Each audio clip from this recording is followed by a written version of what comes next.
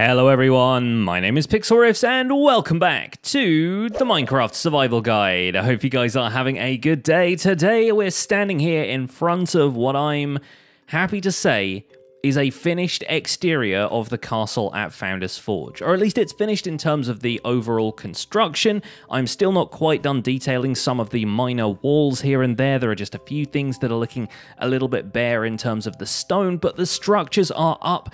Even the roof at the back of the Great Hall is now kind of sealed in. I might even add a couple of more roof dormers here and there, but I think I've decided to move on to doing the interiors today.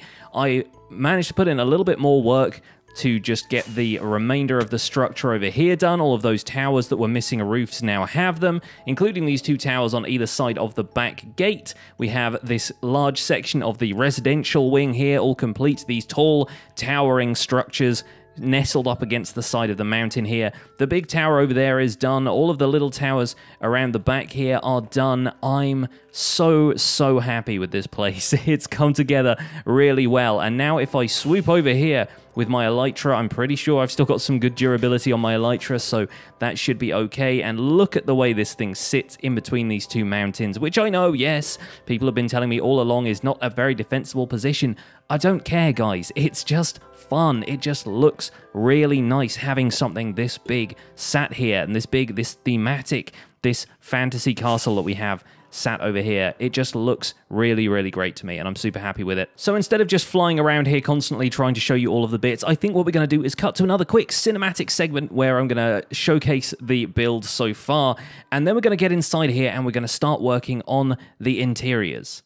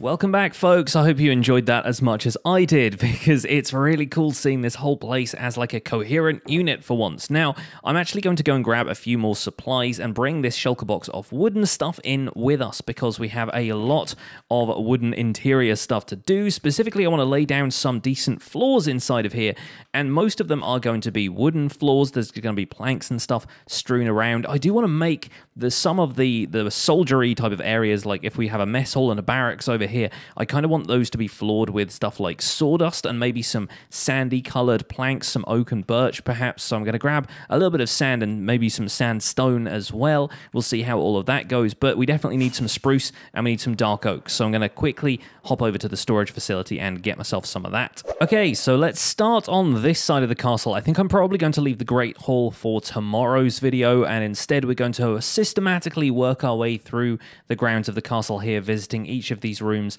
in turn. So we're going to start with this section here, the soldiers' mess, the barracks, the kind of guard towers here, and the Botanists Tower on this side. So as I mentioned, we are going to be taking out a whole chunk of the terrain that's still in here. Really don't need all of this, and of course we'll need to bring the walls down, so I've kept a little bit of stone in my inventory to do that. We just need to smooth out the rougher elements of this room and make the whole thing feel a little bit more like a room that they would use.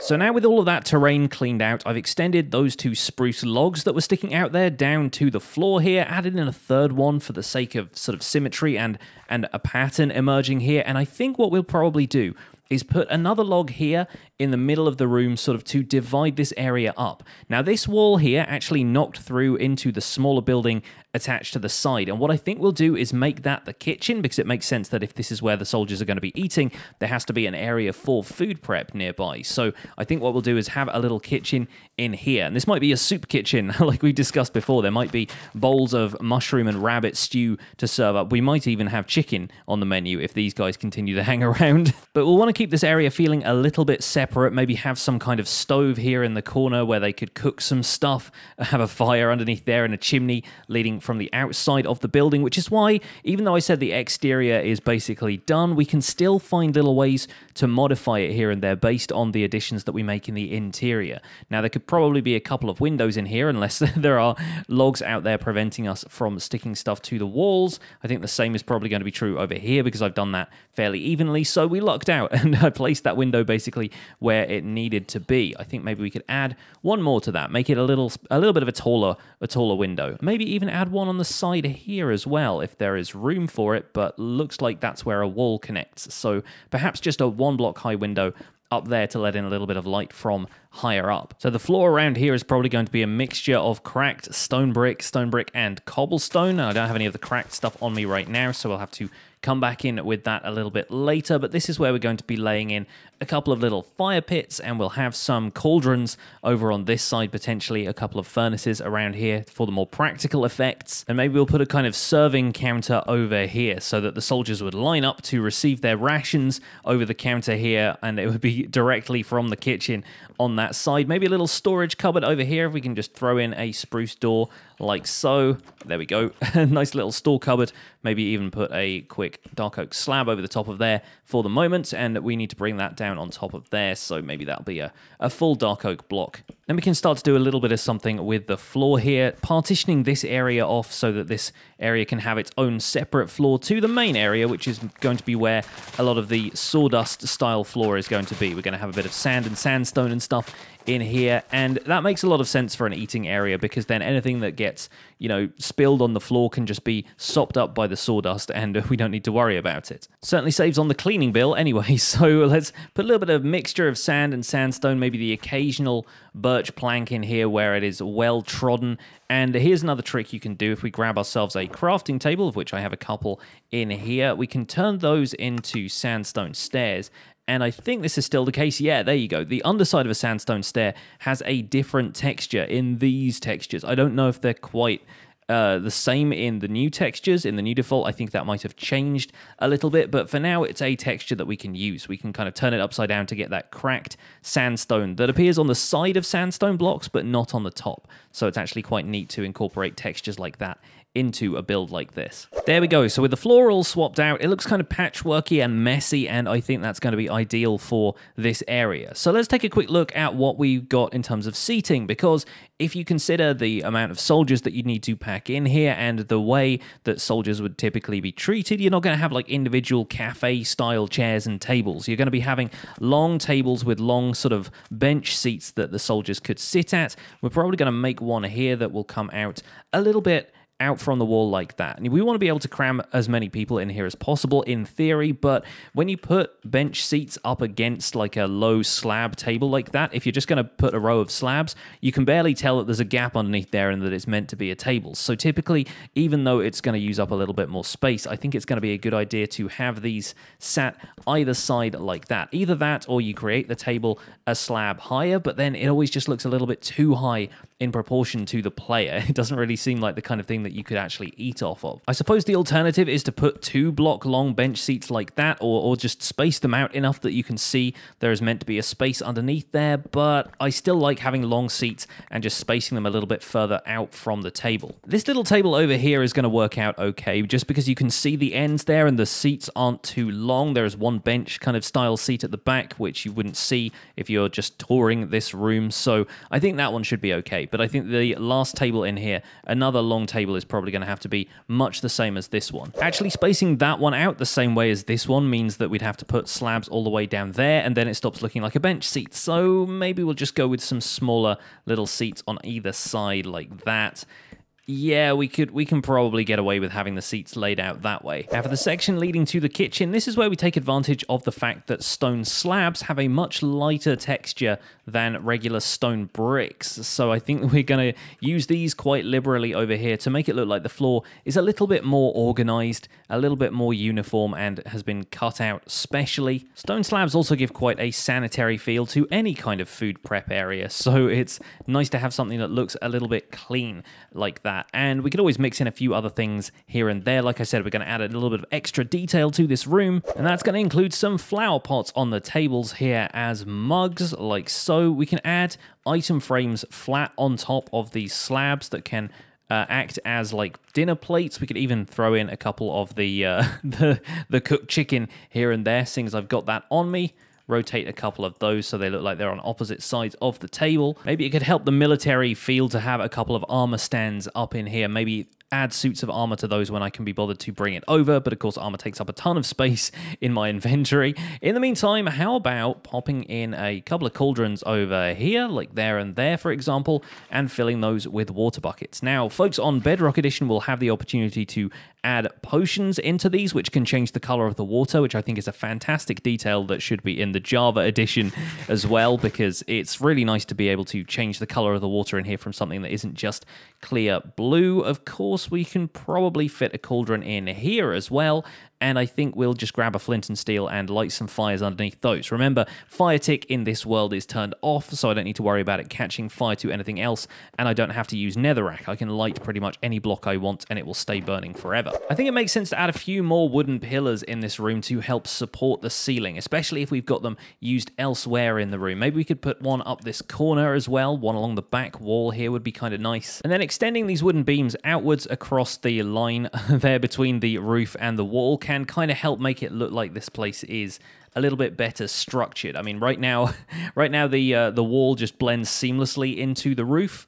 And I say seamlessly, I don't mean seamlessly at all, because the seam is quite apparent. There's even room for a couple of other windows on these walls, and while I'm here, I think I might add a little bit of detail. The cool thing about doing the interiors is that you can actually get to some of the walls that it's trickier to get to from the outside, especially if you're doing an interior of a building that is higher up. All you need to do is detail the walls from the inside instead of from the outside, and that saves you all that time spent scaffolding up and down the outside of a tower.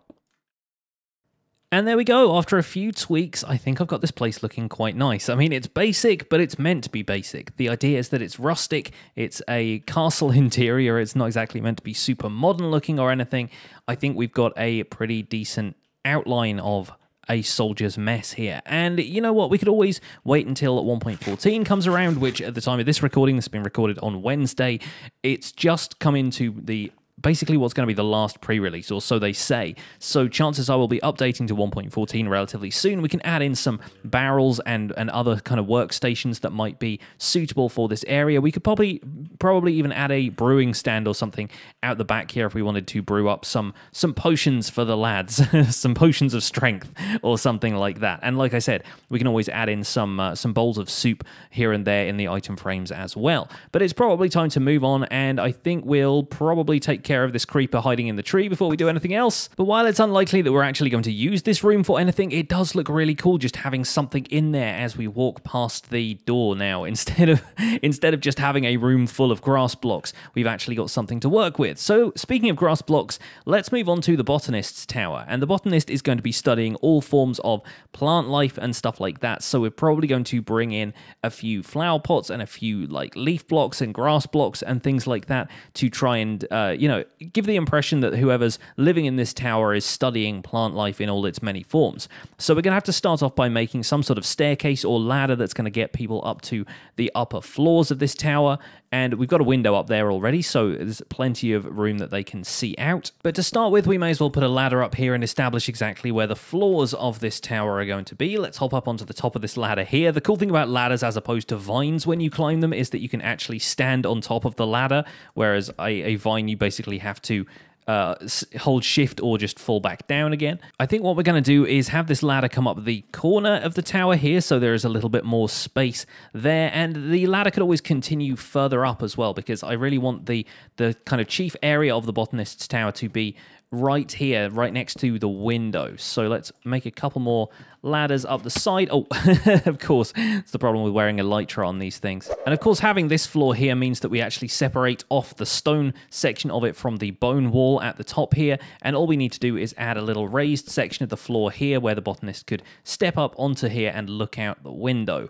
It might be nice to have a desk here, actually. So perhaps we could bring the floor up into a more of a raised section on this side. We could have the bed over here where it's a little bit more cozy. And while this being a castle means it's kind of natural to have torches hanging from the walls, it might be fun to experiment a little bit with some other lighting solutions in here. Take, for example, the idea that the botanist might be studying sea pickles. So if you had a bunch of sea pickles here and then a bunch of waterlogged sea pickles, if you put 4 sea pickles in a water source, then they could provide some light to the area without having to have a torch on the wall. And that's where you start to get creative with options like lighting. So we'll build him a little aquarium over here in the corner, pop a bucket of water in there, fold up the trapdoors, and add some sea pickles in there. And there we go. We take that torch out, and we are still getting 13 block light. Fantastic. Good stuff. I think one of the other things I want to try doing in here is if I waterlog this slab, okay, that does flow out into the room, which could be a problem. But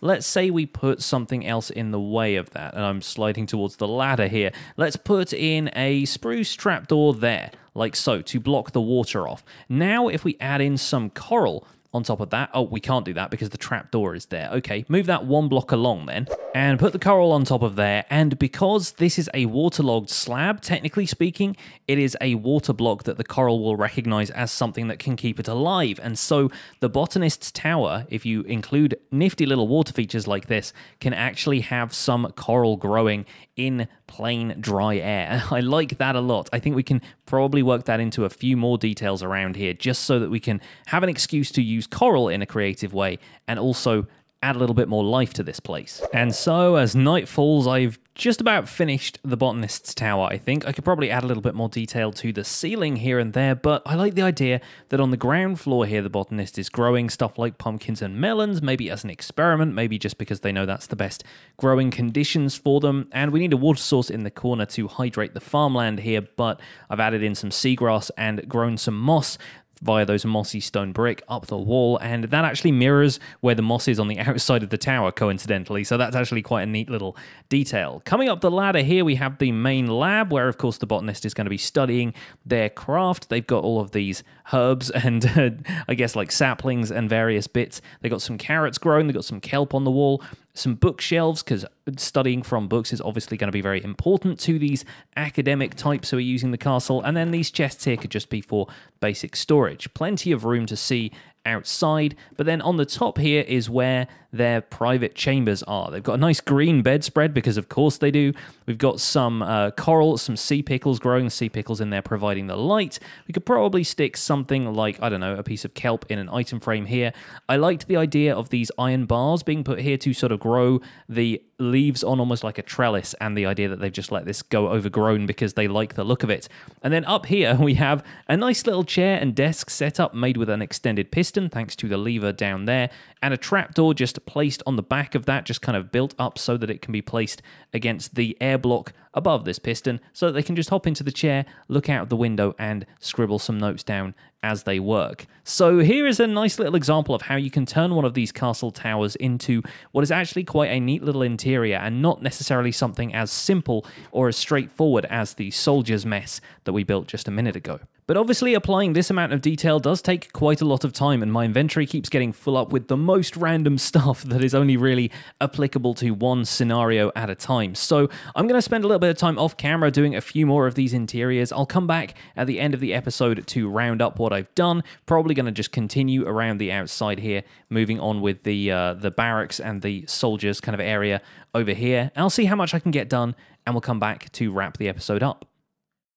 Hey folks, welcome back. So I've done a lot of work actually, and it almost seems like I should have got more done for the amount of time I've spent doing this, but inside here we now have the soldiers' barracks, and I'm quite happy with this, aside from the fact that I keep right-clicking on the trap doors. Here we have sets of 3 bunk beds, and if you hold shift and right-click, you can actually stack beds on top of each other like this, which makes for really great designs for bunk beds. If we have trapdoors kind of enclosing the ends like this, it actually makes it look like they are part of a framework that holds everything together. And I've positioned ladders around the outside here, in theory, so that if you actually had a ladder to kind of climb up onto the top bunk like that, it kind of makes more sense from a practical perspective. Then again, I really liked having these spruce shelves around the sides here, so none of the ladders aside from this one are really ones that you can use to climb up onto these bunks, but it's still kind of fun to have that in as a detail, an immersive thing. We have a chandelier here, we have a few little storage lockers around the place, a few little chests just for whoever bunks here, and I don't imagine that, in theory, these would really stack 3 high. I feel like that's a little bit excessive for bunk beds, but even so, it kind of made sense to add more beds in here in the first place, because there would only have been space for about 12, and I would imagine there would be more soldiers than that to begin with. So yeah, this little area I'm really happy with. I think it looks quite good. The floor is a little basic. We could do something a little bit more special with that, but for now, it will do the job. And we've enclosed the ceiling up here, reinforced it a little bit so that that chandelier looked like it was hanging from something substantial, and then as you go up the ladder here, it takes you out to this little kind of mezzanine floor, I guess, where I haven't really done a huge amount yet, but there's a nice view out towards the ravine, and of course over here, it leads out to the entrance over here where the soldiers are going to be guarding, and obviously they can take shifts, they can return to their bunks when they need to nap, and through this other set of doors here actually leads to an armory room, which I'm slowly outfitting with every piece of armor that they might need. This is basically all of the enchanted armor that I've got from raiding the end, and just random pieces of iron armor that I've picked up along the way. We could also outfit these armor stands here with armor from mob spawners and any mobs that we kill out in the field, stuff like that.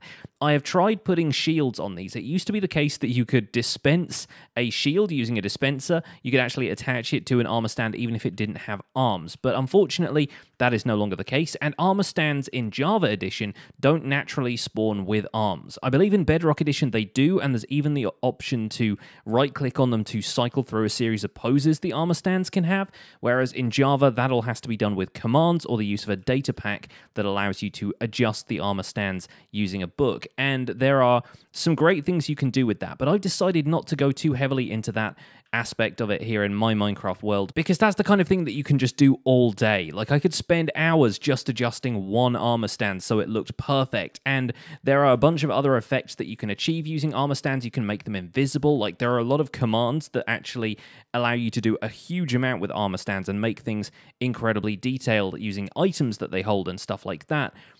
But again, that's just something that's going to take way too much of my time, and it's going to mean that I don't get to make as much progress as I want to because I'm just stuck getting one detail right. So I try and avoid doing stuff like that too much if I possibly can. But I managed to rescue a horse from inside of that room, actually. The horse is now over here. If we go back around to the stables that I set up, there he is over here. This horse was just hanging around in that storeroom for a little while, And much as I think he looks cool out here inhabiting these stables, what I actually want to do is ride him back over. We managed to tame this one. He's quite a fast one too, which is kind of great. And I'm going to move him into this little stable over here. Now, unfortunately, I need to place the fence gates side by side if I want to walk the horse in. So I'll just take out that fence and, oh, excuse me, come back here. We can actually pop this horse in here as long as the horse doesn't walk away, which they seem quite keen on doing right now. Excuse you, stay behind that pillar for a second while I take this fence out, and bam, there you go, trapped. Fantastic. But in theory, this horse wouldn't actually be trapped, and if I can add in another fence gate, I can make one fairly easily, but I just haven't gotten around to it yet.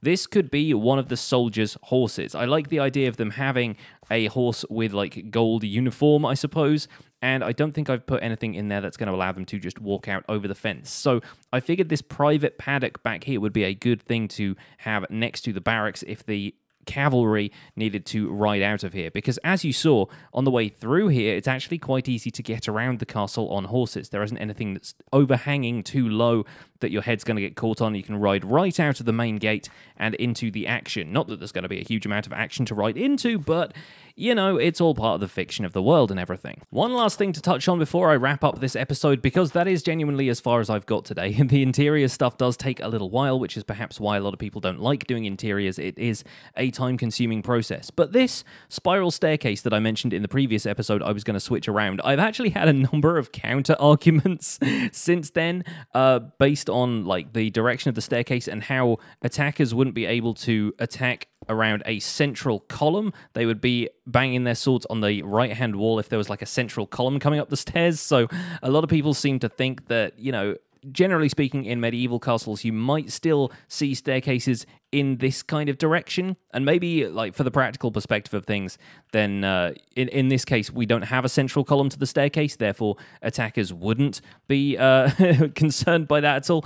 But maybe we could put a central column in here. Maybe we could put, like, a 2x2 section of stone in the middle here and have this be something that is an obstacle for anybody who comes up. I kind of like that idea, actually. It tightens up the corridor in here a little bit, and you can have a little storage locker underneath here, a little storage closet where you can put a chest underneath the staircase or something like that. That seems like a nice idea, and that allows us to keep the orientation of the staircase that we already had, but add in this central pillar here that maybe we can bolster with some cobblestone or something like that. Maybe add a little bit more detail to that. So that's the staircase update for you guys. But I think that is going to be all we will cover in today's episode. Like I said, I really want to get started on the Great Hall, but that's going to happen in the next episode, and all of the other little details around here, all of the other rooms and so forth are a little bit less important to me. I'm not exactly planning on using them for a whole amount. It's just for immersion's sake.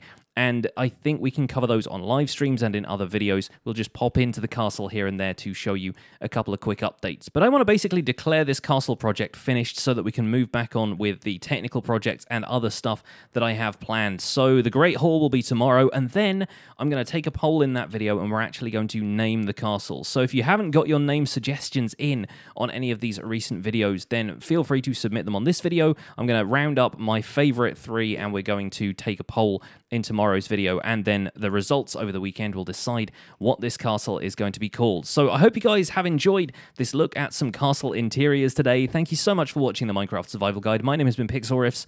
Don't forget to leave a like on this episode if you enjoyed it, subscribe if you want to see more, and I'll see you guys soon. Take care. Bye for now.